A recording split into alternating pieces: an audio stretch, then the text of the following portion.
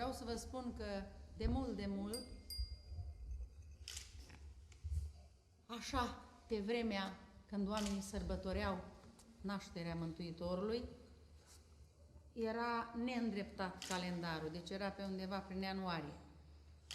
Dumnezeu s-a uitat printre nori să vadă dacă Moș Crăciun ajunge în toate casele.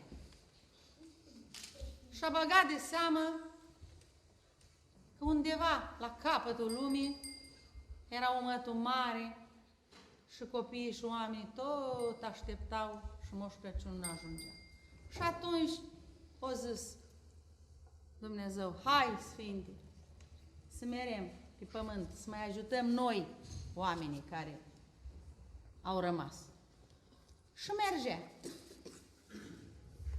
Bătea într-o poartă, băteau câinii la poartă, dar cei doi drumeți intrau, stăteau de vorbă cu oamenii și oamenii băgau seamă că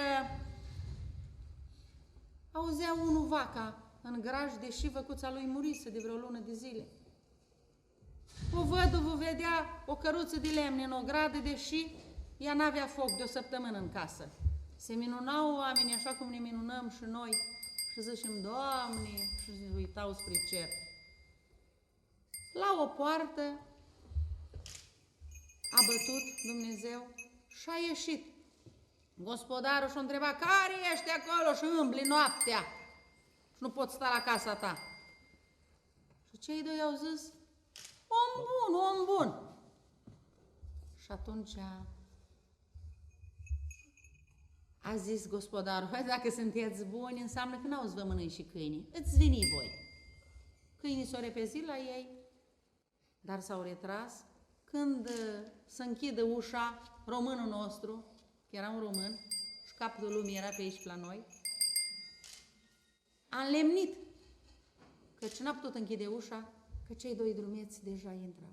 Și atunci românul ăsta, așa cum fac toți românii, bărbații, când sunt prinși de un eveniment și de o multitudine de treburi, ce face bărbatul?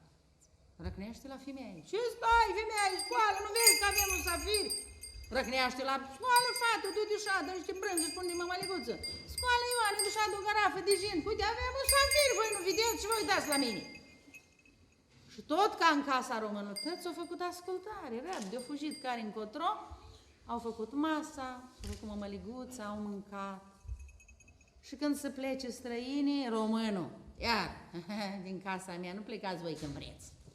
Stați aici dorniți și mâine dimineața îți vă scot eu undeva cu sania, că eu măt și-i vând. Și-a făcut ascultare și Dumnezeu cu Sfântul Petru. S-a culcat, când tăți-o adornit, Dumnezeu care stă neadornitul cu Sfântul Petru, hai Petre. Și-a luat-o prin omăt. O trecut de poartă și Petru a băgat de seamă că aici n-a lăsat Dumnezeu niciun dar. Și-a zis, Doamne! Da, Petre.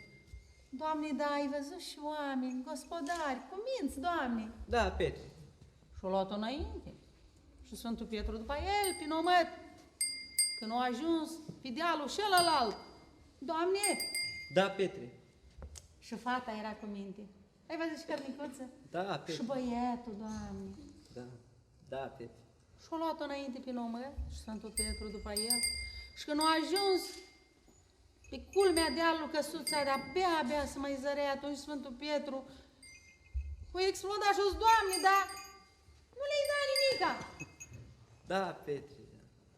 Și-o luat înainte și Sfântul Petru după el și dă-i prin omăt. Și-o mers și după mulți ani în casa aceea s-a născut Eminescu.